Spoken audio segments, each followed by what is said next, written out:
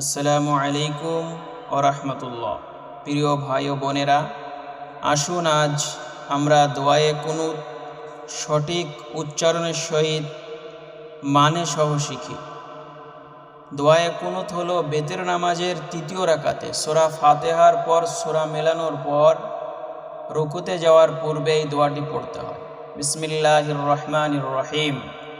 আল্লাহুম্মা ইন্না নাস্তাঈনুকা ওয়া নাস্তাগফিরুকা ওয়া নু'মিনু বিকা ওয়া নাতাওয়াক্কালু আলাইকা ওয়া নুসনি আলাইকাল খায়র ওয়া নাশকুরুকা ওয়া লা নাকফুরুকা ওয়া নাখলা'ু ওয়া নাতরুকু মান ইয়াফজুরুকা আল্লাহুম্মা ইয়্যাকা না'বুদু ওয়া লাকা নুসাল্লি ওয়া নাসজুদু ওয়া ইলাইকা নাসআ ওয়া নাহফিদু ওয়া নারজু রাহমাতাকা ওয়া নাখশা আযাবাকা ইন্না আযাবাকা বিল কুফফারি মুলহিক।